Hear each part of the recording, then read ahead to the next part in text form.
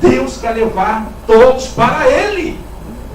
Porém, não depende dele, depende de nós. Vai depender de nós.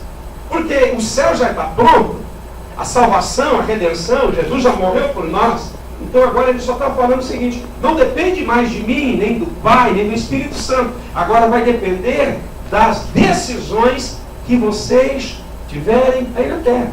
Se vocês quiserem estar comigo, o céu está aberto para você. Irmão, isso é o que é mais difícil do que nós imaginamos.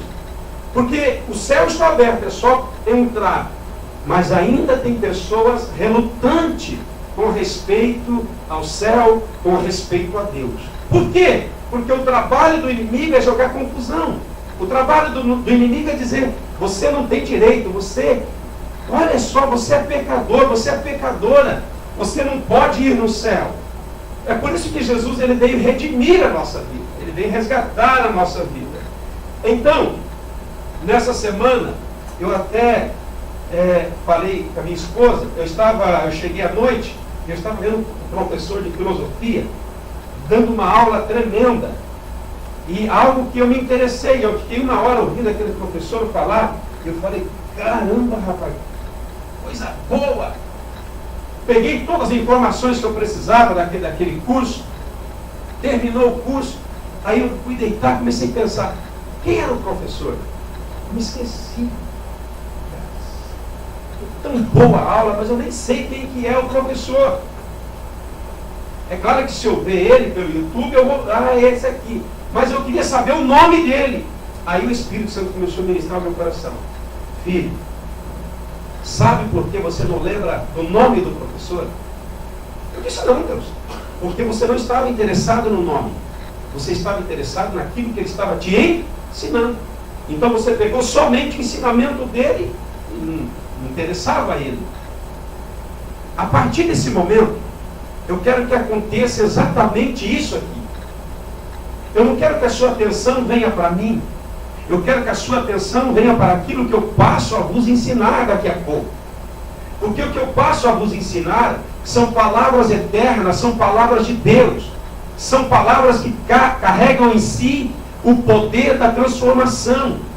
A partir desse momento eu começo a ministrar para vocês daqui a pouquinho a palavra de Deus. A palavra eterna, a palavra que pode te ajudar, a palavra que pode trazer uma resposta para a sua vida.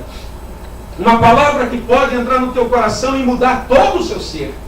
Só que essa palavra que eu passo a pregar daqui a pouquinho, ela não chama a atenção para o homem, ela leva a sua atenção para Jesus Cristo, porque ela é eterna. Então todas as vezes que você olha para a Bíblia, você lembra em quem? No pastor Carlos? No pregador 10, 9? Não, você lembra em quem? Diga comigo. Lembra em quem? Você lembra em Deus, você lembra em Jesus. Por quê? Porque esta palavra é dele. Esta palavra é dele. Essa palavra leva a sua atenção para ele. Então nós não esquecemos dele. Nós podemos nos esquecer de mim. Mas a palavra que eu vos passo a dizer, ela pode transformar todo o seu ser. Você vem buscar algo de Deus, se não veio no lugar errado. Quando você vem na igreja, precisa vir buscar algo da parte de Deus. Quando você vem à igreja, pastor, aqui a igreja é a igreja. É a igreja. Porque nós estamos reunidos aqui. A igreja somos eu e você. Usamos esse local tão mesquinho, um local tão pequeno. Mas Deus não está se preocupando com o local. Deus, ele olha para nós. E por nós estarmos aqui, ele vem. Por nós estarmos aqui, ele está. Por nós estarmos aqui, ele vai operar. Então, quando você vem à igreja, você tem que ter duas atitudes. Primeira, vir buscar algo de Deus. Porque quando você vem buscar algo de Deus, você está vindo buscar a Deus. Segundo, quando você vem à igreja, você tem que vir disposto a dar algo para Deus. Se você tiver essas duas atitudes quando vir à igreja, de dar algo para Deus e de buscar algo de Deus, você vai dar um culto, você vai sair abençoado, você vai sair daqui transformado. Amém? Capítulo 4, versículo de número 13 e 14. Todos encontraram? Vamos lá? Ok? Capítulo 4, 13 e 14. Glória a Deus. Aleluia. Somos os únicos seres, sabemos que vamos morrer, mas também somos o único ser que sabemos para onde vamos. Porque Jesus diz assim: se você crer em mim, segura no texto aí que eu vou ler. Se você crer em mim, você não morrerá, passará da morte para a vida, para estar com Ele. O texto que você está aí diz assim: atendei agora, vós que dizei hoje ou amanhã iremos para a cidade tal, e lá passaremos um ano, e negociaremos e teremos lucros. Vós não sabeis o que vai acontecer. Que dia? Que dia? Amanhã. O que é a vossa vida? O que é? Sois apenas, na minha versão, como uma neblina, como um vapor que aparece por um instante e logo desaparece. É sobre isso que nós queremos falar. Não é nós que sabemos que a vida é pequena, ao contrário, é Deus que diz que ela é como uma neblina. Quem é motorista, acho que o Donaldo era motorista. Você é motorista? Quantas vezes o caminhoneiro viajando de madrugada, aquela neblina, você liga as luzes, o CBE, aquelas luzes para ajudar você a dirigir, e dá aquilo que você não consegue dirigir, de repente não existe mais nada. Então a Bíblia, ela vem trazer para nós um entendimento assim: olha, vocês têm que tomar cuidado, porque a vida de vocês, elas são muito rápida, passa muito rápida. Ela é realmente como algo muito passageiro. E Tiago, tentando explicar isso, ele vai dizer na época, ele diz assim: é o que tinha na época, a neblina, passa muito rápido. E vocês têm que fazer alguma coisa que realmente vale a pena. Irmãos, Deus quer abençoar a gente. Deus, ele quer que nós sejamos abençoados. É claro que nós temos que trabalhar, nós temos que conquistar, nós temos que trazer o papá para casa, nós temos que guardar alguma coisa, mas tudo isso passará. Tudo que nós vemos passará. Você pode ter casa, pode ter fazenda, você pode ser milionário, mas quando chegar o teu dia, irmão, nada do que você tem entrará num caixão e será levado para o céu. Graças a Deus, diga graças a Deus. Porque tem gente, o que tem de dívida, diga para o teu irmão, ela não vai te acompanhar. Ela é terrena. Ela é terrena, é passageira. Nada nós poderemos levar. Para nos ajudar, quando vamos ao caixão, coloca uma meia, né? Coloca lá um terninho, se ele for mais assim. Eu não sei, de repente vão passar um perfuminho em mim, pelo menos por uns dias ali, ser agradável. Mas, irmão, não vão conseguir colocar todo o ouro e a prata que eu possa adquirir dentro do meu caixão. Porém, nessa tarde eu quero mostrar para você que tem coisas que nós podemos fazer nessa terra que são coisas eternas. Além daquilo que nós vamos ter na terra, além daquilo que nós vamos fazer na terra, nós temos coisas que nós podemos levar como herança para o céu. Mas isso não é terreno. O intuito de estarmos aqui, o intuito de eu estar aqui pregando hoje, é levar você a pensar o que você vai deixar realmente nessa terra. Nós estamos preocupados com os nossos filhos, estamos trabalhando, a gente quer que eles façam faculdade, a gente quer que eles se casem, a gente quer que tudo vai bem. Mas olha, quando nós chegarmos naquele dia que nos colocar em um lugar reservado e falar assim, aquele lugar cemitério, e nos colocar naquela tumba e escrever assim, aqui jaz, quer dizer, aqui jaz o fulano de tal. Só que aquela catatumba, aquela tumba não poderá prender o que eu fiz nessa terra. Tem muitas pessoas mortas, por exemplo, eu esqueci o nome, mas quem fabricou aí, fez essa engenhoca aí, a energia, a luz, já morreu. Mas nós estamos usufruindo do descobrimento que ele fez. Nós podemos hoje ter luz, podemos estar em lugar escuro, apertar um botão, nós temos luz.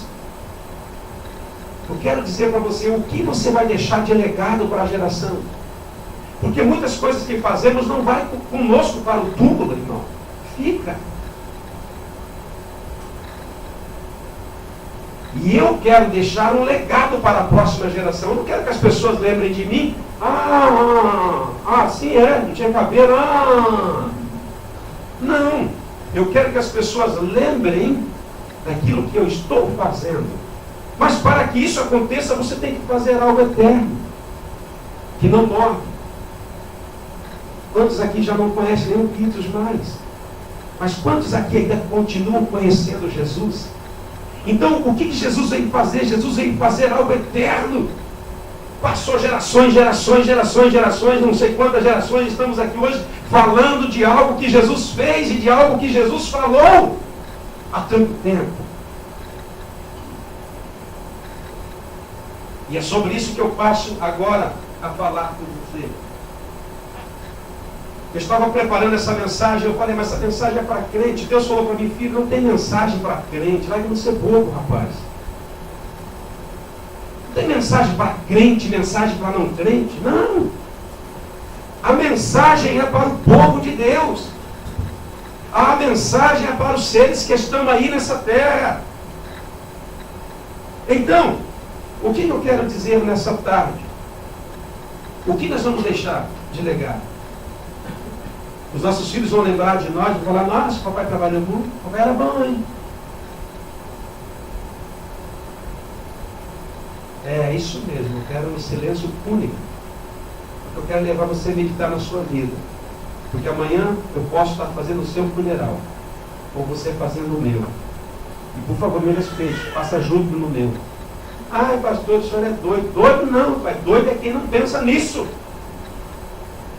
Doido é quem não pensa nisso, porque o dia chega e você fala, já chegou, já chegou e está bem. Tem que pensar mesmo, porque nós temos que sair daqui valorizando as coisas que nós deixamos de valorizar.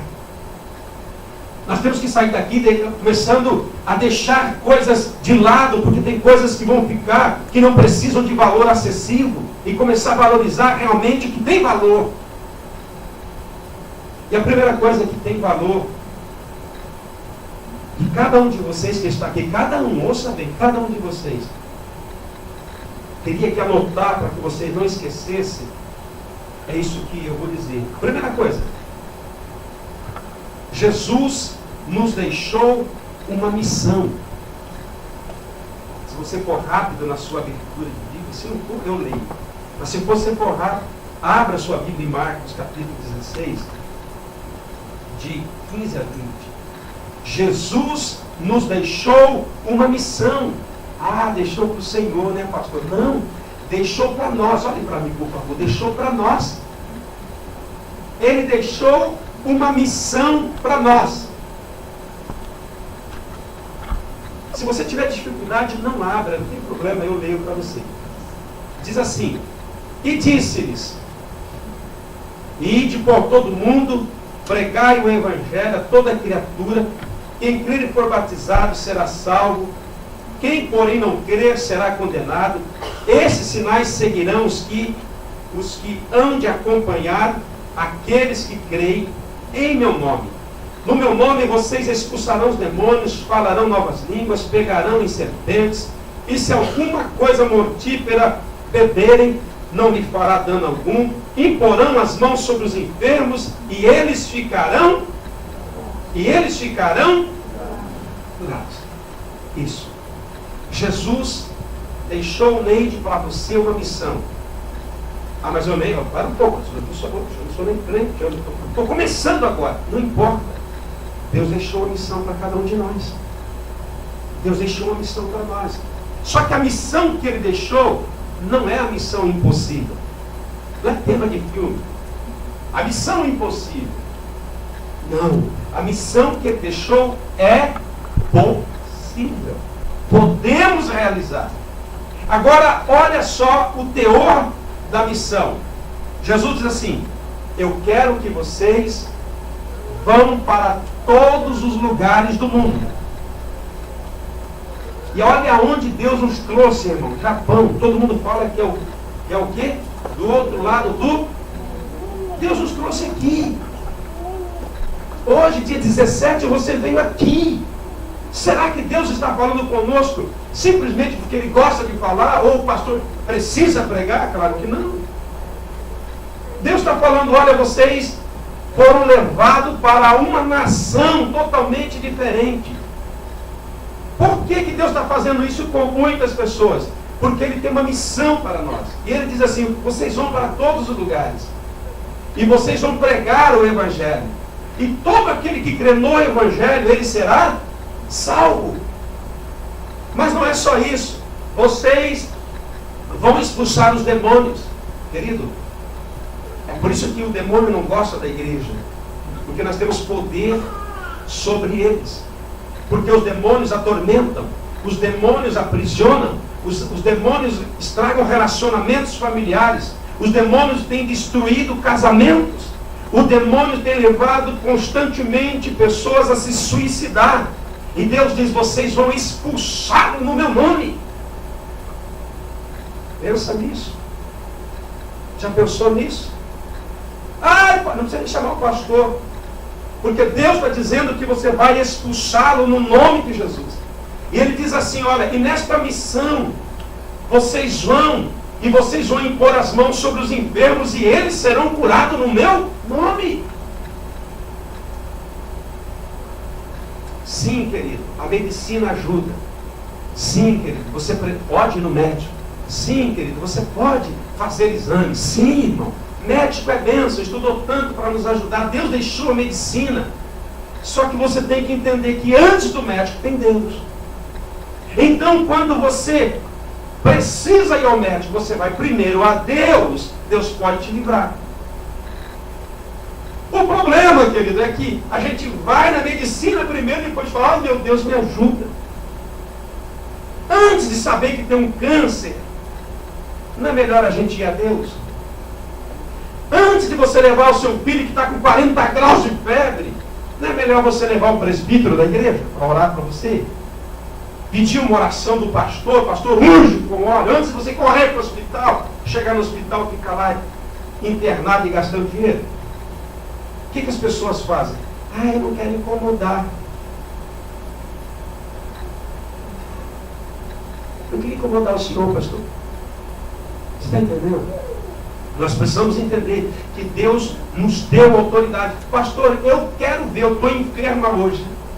Você morre. Se você está enferma, você sai curada hoje. Se você não tem fé, eu tenho por você. Estou meio invocado esses dias. Deus tem falado, olha filho, se você achar gente sem fé, usa a sua. É assim mesmo, irmão. Porque tinha gente, irmão, que Deus chegava para ressuscitar, o cara estava morto. O cara morto tem fé? Tem fé? Não, ele ressuscitava usando a fé dele. Quero dizer para você, querido, que Deus tem nos dado poder e autoridade, mas muitas vezes nós temos pegado o poder e autoridade e colocado dentro de caixas e não temos feito nada. E Deus me chama hoje aqui para bradar no seu ouvido, dizendo, eu te dei poder para expulsar demônios, para impor as mãos e curarem. Um dia eu cheguei no irmão e disse assim, irmão, vou orar para o seu filho, fazer uma campanha por ele, vou estar jejuando por ele. Eu não gosto de jejuar mesmo. Jejuar é difícil. Quando eu vou jejuar 3 dias, dá uma dor de cabeça, irmão. Mas eu, comovido com a situação, menino nas drogas, vou jejuar. Aí lembrei que ia ficar uns dias sem comer. Resolvi perguntar para o irmão, você tem orado para o seu filho? Muito pouco. Quando você ora por ele, você chora? Nunca chorei pelo meu filho. Não vou mais jejuar, não. Eu não vou ficar sem comer para orar para o seu filho, não. Nem tu ora, meu. Nem você jejua por ele. Está indo para as drogas, está indo aí. Você está entendendo, querido? A igreja deixou de usar o poder, de usar a autoridade que Deus nos deu para realizar a o quê? Missão. É por isso que hoje nós estamos vendo um evangelho que a gente não consegue mostrar para as pessoas, porque as pessoas começam a ver a gente e começam a ler o Evangelho. A gente não consegue mostrar um Evangelho para eles. Por quê? Porque a gente fala de poder, mas não tem poder. A gente fala de oração, mas não tem poder. A gente fala da palavra, tem poder, mas não tem poder. Pode ter grito, barulho, mas não tem poder. Eu vim aqui hoje, irmão, dizer para você que precisa de poder na nossa vida. De poder. Poder. A ponto de você chegar no seu filho e dizer: enfermidade, eu te ordeno, sai agora. O médico dos hospitais está entolado de gente. Já disse que eu não tenho nada contra eles. Mas estou dizendo que se eu ficar doente, vocês vão ter que jejuar muito para mim antes de ir no médico. E se eu tiver com dor, falar: olha, jejua agora, vem para cá agora, faz alguma coisa.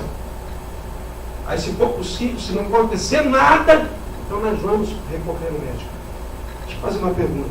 E se não tivesse medicina? Se não tivesse médico? Se fosse na época da benzedeira, lembra? Você é da época da benzedeira, não é, Tom? Acho que esse tem 40 anos, rapaz. Não, só o senhor que é velho aqui.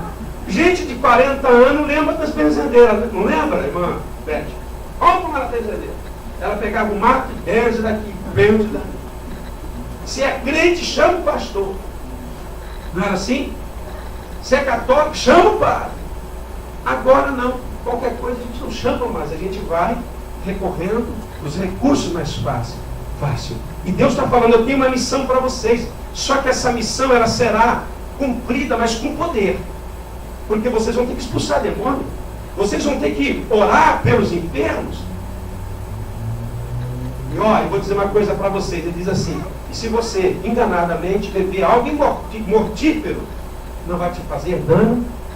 Por favor, não vai chegar na tua casa e beber um copo de Baygon. Você vai morrer. Ele está falando: se você beber algo e você não tiver consciência disso. Deus, ele é poderoso. Por que ele dá esse poder? Ah, pastor, mas esse poder é para o Senhor. Não. É para nós. É para nós. É para você que está sentado no chão. É para nós. É para a igreja. É para o povo de Deus. É para você. Ah, mas eu sou tão pequeno. É sim. Deus gosta de usar os pequenos. Porque os pequenos, quando é usado, ele reconhece que é Deus que está usando. Nós temos uma missão. E essa missão não é somente pregar o Evangelho, é curar os enfermos, expulsar os demônios. É entrar nas vidas e falar: olha, tem solução para você. Há uma restauração para a sua vida. Querido, nós estamos aqui hoje. E eu estou agradecido a Deus. Porque Deus, ele é maravilhoso. Ele se apresenta aonde nós nos reunimos. Um dia ele disse assim: aonde vocês se reunirem e tiver 2 ou 3 no meu nome reunido, eu vou estar lá com vocês. Ele está aqui hoje.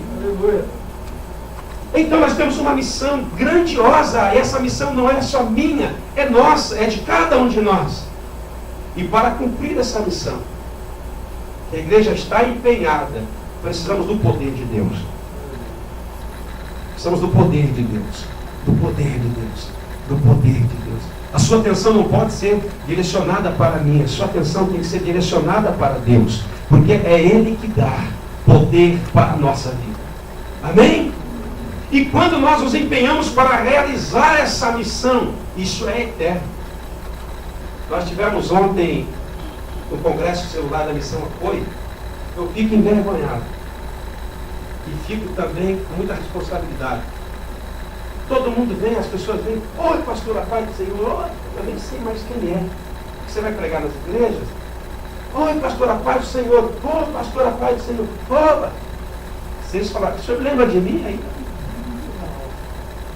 Mas por quê? Porque nós estamos fazendo algo que é eterno. Nós estamos aqui para cumprir uma missão. E essa missão é levar o Evangelho para os seus filhos. É levar o Evangelho para a sua casa. É levar o Evangelho sem mistura para a sua família. Amém? Hoje nós vemos tantos rumores sobre a face da terra. É médico que não presta. Não é verdade? Hospital que não presta. Policiais que não prestam. Deputados que não prestam. Governo que não presta. Nós estamos aí, gente falando, pastores que não prestam, igreja que não presta. Irmão, tem um monte de coisa que não presta, isso é verdade. Isso é verdade. Porém, nós não estamos falando do todo. Tem muito médico bom, tem muito político bom, tem muita igreja boa, tem muito pastor bom, tem muita gente comprometida com o povo, tem muita gente querendo ver a glória de Deus no meio do povo. Cabe a nós olharmos as pessoas e ver os frutos que elas dão, porque a Bíblia diz: o fruto mostra qual árvore é. Nós estamos aqui para realizar uma missão, e nós vamos realizar porque Deus nos deu o poder, Deus nos deu a autoridade, Deus nos deu a capacidade de realizar grandes coisas nessa terra. Nós vamos alcançar essa terra para Jesus. Eu creio nisso. Amém? E você faz parte desta missão. Pastor, não dá para mim ausentar disso? Não. Deus te comissionou para algo grande aqui na terra, que nunca será esquecido, a ponto de nós chegarmos lá no céu e Deus falar assim: meu filho, pode entrar, servo bom e fiel. E eu, além de entrar, eu vou te recompensar. Nós seremos recompensados por aquilo que fazemos por Deus aqui e até no céu. Amém? Diga para o teu irmão: nós temos uma missão e nós temos que cumpri-la. A irmã ali está pensando: eu preciso conhecer mais a missão. Nós vamos ensinar muito a respeito dessa missão de ganhar as almas para Jesus. Segunda coisa que eu quero mostrar para você, porque a nossa vida é curta, como um vapor. Passa logo. Segunda coisa que eu quero mostrar para você é que para realizar essa missão que Deus nos mandou, nós precisamos dos dons espirituais de Deus. É por isso que Paulo, quando vai ensinar a sua primeira igreja, que chama Corinto, no capítulo 12, versos 7 e 11, ele começa a dizer assim: a manifestação do Espírito é concedida a cada um visando um fim proveitoso. Porque, capítulo 12, versículos 7 a 11, porque a cada um, mediante o Espírito da palavra, ele dá a palavra da sabedoria. A outro, segundo o mesmo Espírito, a palavra do conhecimento. A outro, no mesmo Espírito, a fé. A outro, no mesmo Espírito, dons de curar. A outros, operações de milagre. A outros, profecia. A outro, discernimento de Espírito. A outro, variedade de línguas. A outros, uma capacitação de interpretar as línguas. Mas só o Espírito é que é o mesmo. Então, o que Paulo está ensinando na primeira igreja de Corinto? Era uma igreja, irmão, era uma igreja tão dotada de dons, podia entrar qualquer tipo de enfermo. Lá, irmã Neide, era um problema sério. Por quê? Todo mundo tinha dons. Paulo tinha que dizer assim: vamos profetizar. De um banco, por favor, agora você. Aí o Lauro chegava: diz o Senhor. Tá bom? Amém, Senhor. Aí vem a irmã: diz o Senhor. Havia profetas da igreja. Deus derramou dons naquela igreja de profecias. Deus derramou dons de conhecimento da palavra, o dom da sabedoria. Deus dava a revelação através de dom de capacidade. As pessoas conseguiam ver um reflexo de passado, um reflexo de futuro. Deus deu dons do Espírito Santo para aquela igreja, dons de cura. Sabe o que é dom de cura? Nem o médico tem. O médico fez faculdade, mas faculdade não pode curar ninguém. Mas Deus, ele dá um dom, e esse dom te capacita a curar os enfermos. Essa igreja tinha. Eles tinham dom de discernimento de espírito. O diabo não brincava como brinca nas igrejas hoje. Porque o diabo também quer brincar nas igrejas. Mas ele tinha um discernimento de espírito, que quando eles batiam o olho, ele sabia quem estava operando. Lembra de Paulo? Ele estava numa cidade, uma mulher chegou, uma vidente, chegou e disse assim: ouçam esse homem, porque esse homem nos fala a palavra de Deus. Ele olhou para ela e disse: arreda-te de mim, Satanás, porque eu não tenho nada contigo. Era uma igreja poderosa. Era uma igreja que você poderia levar os enfermos e eles sairiam curados. Mas por quê? Porque Deus deu dons para aquela igreja. Você é crente, você veio aqui, aí eu também quero dons. Deus tem dons para você. Às vezes a gente vem na igreja, irmão, a gente vem tocar esse negocinho aqui, ai, tão xoxo. Vem tocar um violãozinho, tchau, tchau, tchau, tchau. Sabe, irmão, Deus quer derramar dons sobre a nossa vida. A ponto do Donaldo vir enfermo e nós orarmos por ele sair daqui curado, ele vai ver a glória de Deus. Nós não estamos brincando de ser crente, nem brincando de pastor, nem brincando de igreja. Deus nos deu poder e autoridade, e esses dons que estavam naquela igreja tem que estar na nossa igreja. Tem que estar na vida dos obreiros da igreja. Tem que estar na vida dos irmãos da igreja. Por quê? Porque esses dons, ele está disponível para todos. Ontem, quando acabou o evento, um monte de gente, eu acostumado, acabou, já saiu. Aí o pessoal, já vou cumprimentando quem estava por ali. Mas eu estava meio estranho, falei, estou meio estranho, Jesus. Falei, minha esposa, vou para o carro. Estou indo para o carro, irmão, vejo o irmão, o jovem, com a mão direita enfaixada. Deus disse assim, vai lá. Eu disse, vou. Eu tentei essa rapaziada, o carro, estou estranho. Deus falou, vai lá. Sentei. Olhei para o menino, Deus me revelou. Deus disse, fala para ele. Eu disse para ele, tu cortou 3 dedos, mas Deus manda te dizer que esses 3 dedos não ficarão sem os movimentos. Eles voltarão a ter os movimentos normais e tu louvarás o Senhor com os instrumentos que Ele tem te dado. Aí eu disse, eu vou orar por você. Estou orando por você, viu, uma mulher. Às vezes até crente quer atrapalhar a bênção de chegar na nossa vida. Sabia, irmão? Às vezes até o irmão da igreja quer atrapalhar.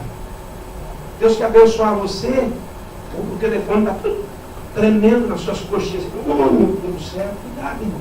De repente o telefone quer roubar a sua bênção. E a irmã, e eu estou orando pelo menino. Quando eu vou continuar, aí pastor, questionando. Ora por mim também que eu estou com um problema aqui na costela. Quase que eu falei, calma, irmão, tinha um banco. Tinha um banco. Terminei de fazer o que tinha que fazer, pus a mão na costa da menina, da mulher, orei por ela e disse, vai embora, tu está curada. Aquela irmã, eu senti assim, que ela podia roubar a bênção do menino, mas eu também senti ela como uma pessoa assim, desesperada por Deus. E quando ela passou, ela viu o Espírito, ela sentiu, ela falou assim, pastor, eu estava sentindo aqui, eu me comovi pela oração, é o Espírito Santo. Falando assim para ela, ó, a bênção está aí, você pode pegar também. Sabe, irmão, às vezes, nós temos que ser forminhas com Deus. Quando a gente vê alguém falando que a cura vai acontecer, a gente tem que falar, opa, eles vêm aqui para ser curado. Então, o que eu quero dizer para você? Ali está um jovem, quando eu termino de profetizar, quando eu termino de orar, ele fala assim, como você sabia isso? Porque o diabo já estava ali acusando, cortou o dedo, não vai tocar mais, não vai louvar mais, vai dar infecção, vai perder os dedos, e vem Deus dizendo, não vai acontecer nada, porque tu és meu. Mas nós temos que ter dons de Deus. Nós temos que ter os dons. E os dons estão liberados pelo Espírito Santo para aquilo que é proveitoso para cada um de nós. Amém? Amém? Glória a Deus. Então, esta missão, ela vai ser realizada no poder de Deus. Porque quando o poder de Deus opera, as pessoas reconhecem Deus. Reconhecem. E o poder de Deus está aqui. E se Ele está aqui, Ele pode fazer coisas tremendas. Temos uma missão para realizar. Terceiro, para a gente terminar. Isso eu quero que você abra, capítulo 12, verso 31. 1 Coríntios 12. Eu quero te mostrar isso. Porque hoje nós estamos... Vou falar para vocês. É 1 Coríntios, capítulo 12, verso 7, é o que lemos. E agora nós vamos observar o último versículo do capítulo 12, versículo 31. O que diz aí? Coríntios, capítulo 12, verso... Portanto, devem ver os melhores dons, e eu vos mostrarei um caminho mais excelente. Portanto, Paulo dizendo, procurar com muito zelo os melhores dons. Pastor, tem melhores? Cara, claro que tem. Ele diz, procurai os melhores dons. Só que ele diz assim, eu vou mostrar para vocês um caminho mais... Eu vou mostrar para vocês algo muito maior do que os dons. Querido, qual que está sendo as conclusões hoje? As conclusões hoje, no meio cristão, é o seguinte: o desequilíbrio de dons, porque nós vemos pessoas dotadas de dons, mas elas não têm um caráter de Cristo. Você pode ver nas suas fábricas, tem gente que fala de Jesus, ele ora, ele faz um monte de coisa, até cura as pessoas do nome de Jesus. Mas quando você vê para a atitude dele, você fala, meu Deus, que crente é esse? Mas você tem que entender que dons é dado para uma função que Deus quer realizar. Quando eu busco a Deus querendo um dom, Ele dá. Agora você tem que ver que o outro lado ele chama caráter. Nós temos que ter fruto do Espírito Santo. A verdade, para realizar a missão de Deus, nós temos que ter equilíbrio. E Paulo, olhando para aquela igreja dotada de dons, ele está falando assim, olha, está faltando uma coisa só para vocês. Eu vou mostrar para vocês um caminho mais excelente. Sabe qual é o caminho mais excelente? Quem sabe? Quem sabe? Então diga, fala assim, diga logo, pastor. Capítulo 13.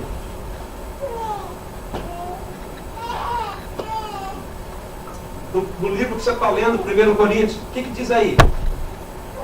Ainda que eu falasse língua dos homens e dos anjos, se não tivesse, você só vai falar, eu vou ler, você só vai falar amor, amor, amor, amém? Se eu falasse a língua dos homens, e se eu falasse a língua dos anjos, e se eu não tivesse amor, isso, eu seria como um bronze que soa e como um símbolo que retine. Ainda que eu tenha o dom de profecia e conhecesse todos os mistérios da ciência, ainda que eu tenha tamanha fé a ponto de transportar os montes, e se não tiver amor, nada serei. Ainda que eu distribuísse todo o meu dinheiro para os pobres, ainda que eu entregasse o meu próprio corpo para ser queimado, se não tivesse amor, se eu não tivesse amor, nada disso me aproveitaria.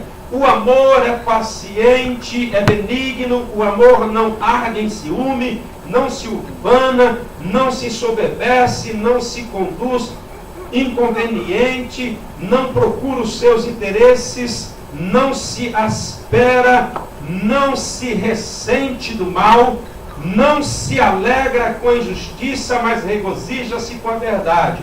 Tudo sofre, isso é demais, tudo crê, tudo espera, tudo suporta. 8. O amor jamais acaba, mas havendo a profecia desaparecerão, havendo línguas cessarão, havendo ciência passará, porque em parte conhecemos e em parte profetizamos. Quando porém vier o que é perfeito, então o que é em parte será aniquilado. Sabe o que Paulo está ensinando àquela igreja? Dizendo assim, olha, vocês têm uma grande missão, vocês têm muito poder, mas está faltando amor. Está faltando amor. Então eu quero ensinar vocês um caminho mais excelente. Qual que é o caminho mais excelente? Você pode profetizar, você pode ter todos os dons, você pode trazer pessoas aqui e elas saírem curadas, você pode fazer grandes coisas no meu nome, mas se você não tiver amor, você pode vender o seu corpo para ser queimado, você pode dar todo o seu dinheiro para os pobres, mas se você não tiver amor. Deixa eu fazer uma pergunta para você. Você tem 5 milhões no banco, você pega 5 milhões no banco, dá para os mendigos de Nagoya. Você tem amor ou não? Tem amor ou não? É sobre isso que eu quero falar. Deus está falando para eles, ó, vocês precisam ter um caminho mais excelente. O caminho mais excelente é o amor de Deus derramado em vocês. Vocês lembram no capítulo 20 de Êxodo, quando Deus deu os mandamentos? 10 mandamentos. 4 mandamentos, ele dirige assim, ele diz assim, vocês não terão outro Deus, vocês não farão o quê? Imagens, vocês guardarão o sábado, o que mais? O que mais que ele diz? Eu sou o único Deus, vamos lá? Não tomará o nome do Senhor em vão, lembra do dia de sábado e não fará imagens. Esses 4 mandamentos é Deus que falou, vocês não vão fazer isso, hein? Isso é para mim. Lembra do dia do Senhor. Lembra que a igreja que você congrega tem um dia, e aquele dia é um dia santo, você tem que ir à igreja. Não faz imagem e escultura. Não tome o nome do Senhor em vão.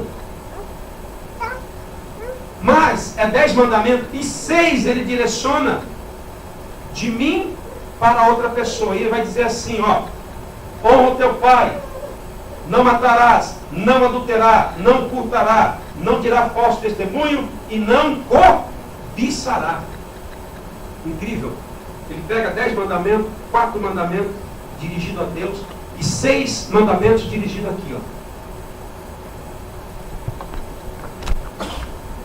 Por quê? Lembra do teu pai, não mata, não adultera, não furta, não dirá falso testemunho e não cobiçará. O que Deus está falando aqui? Deixa eu fazer uma pergunta para a gente terminar. A gente tem que ser sincero com as pessoas? Quem acha? Tem que ser sincero.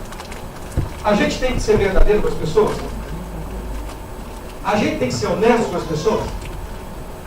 A gente tem que ser íntegro com as pessoas? Sim. Mas quantas vezes você é sincero com uma pessoa e dá problema? Ai, se eu soubesse.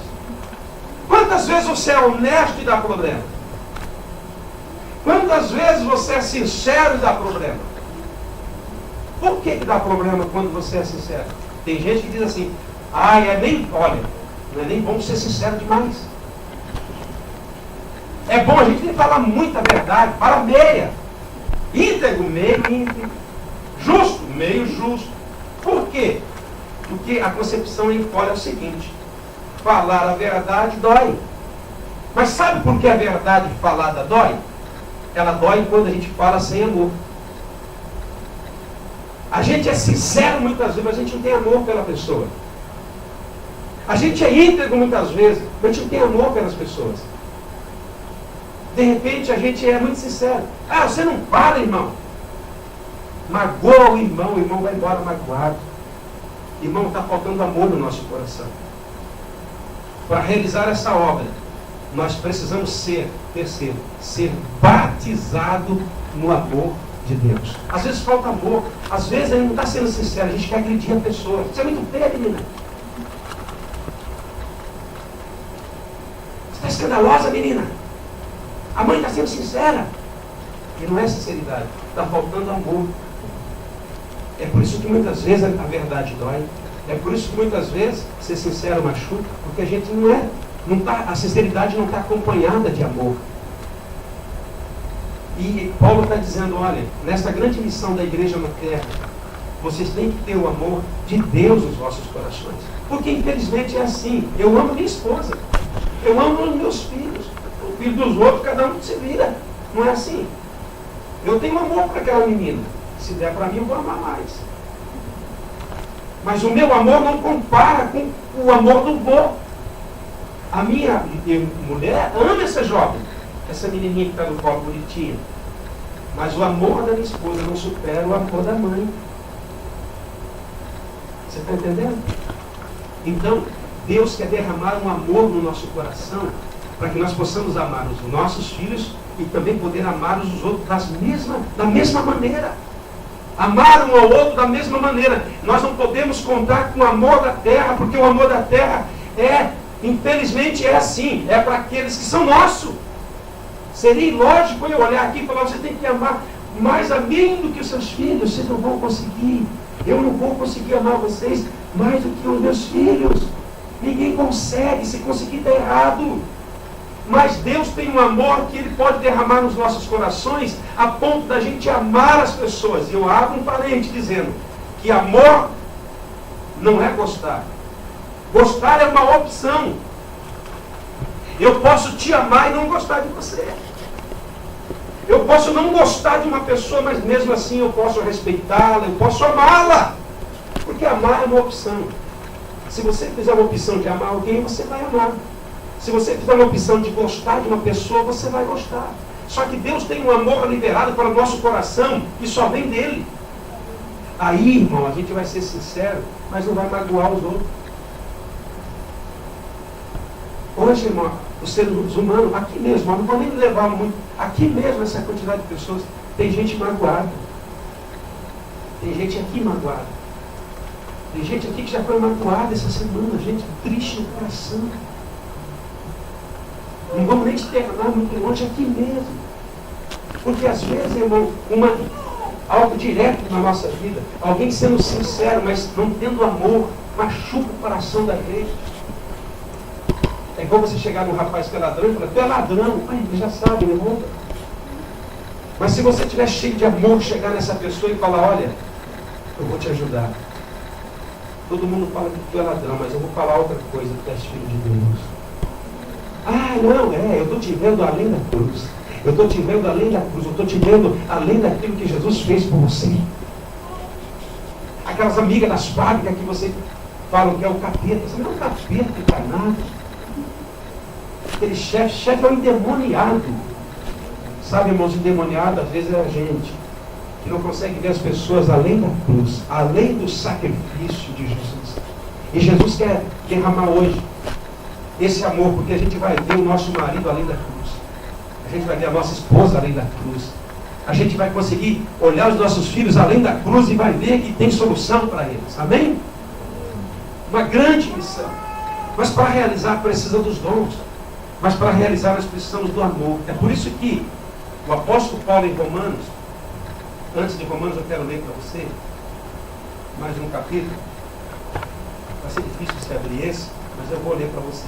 Mateus 24, verso 34 e 39. Diz assim: os fariseus, sabendo que ele fazia calar os saduceus, reuniram-se em conselho, e um deles, intérprete da lei, experimentando, lhe perguntou: mestre, qual é o grande mandamento da lei? Jesus olhou e disse assim: o grande mandamento é o seguinte: amará o Senhor teu Deus de todo o teu coração. E o segundo, amará o seu próximo como a ti mesmo. Irmão, vamos ser sinceros? Está difícil, tá? De amar o próximo como a nós mesmos? Está tão difícil que a gente olha assim e fala: estou nem me amando mais. Está tão difícil amar os outros? Não está mesmo? Não está? Porque a gente olha para a gente e fala assim: eu não consegui nem me amar a mim mesmo, como que eu vou amar o próximo? Não está difícil? Com tanta coisa que está acontecendo sobre a face da terra. Se alguém aqui fala: não, para mim é moleza, alguma coisa errada com você. Não, pastor, para mim é moleza, eu amo todo mundo, pastor, olha, eu sou um amor puro. Alguma coisa estranha. O senhor e a senhora. Está difícil, querido. Por quê? Você faz o bem, leva o mal. Faz o mal, leva bem. Afinal de contas, roubou porque está precisando, morrer de fome. Não rouba, é ladrão. Quer amar, te odeiam. Está difícil, não está? Mas a missão, ela é possível. Por que é possível? Em Romanos capítulo 5, a Bíblia diz assim: Jesus dizendo: eu vou ajudar vocês a amar o seu próximo. Eu vou ajudar vocês a amar o seu próximo. E ele diz assim no capítulo 5, verso 5. Jesus dizendo: A gente termina. Ora, a esperança não confunde, porque o amor de Deus é derramado em vossos corações pelo Espírito Santo, que nos foi dado. Vamos orar e terminar?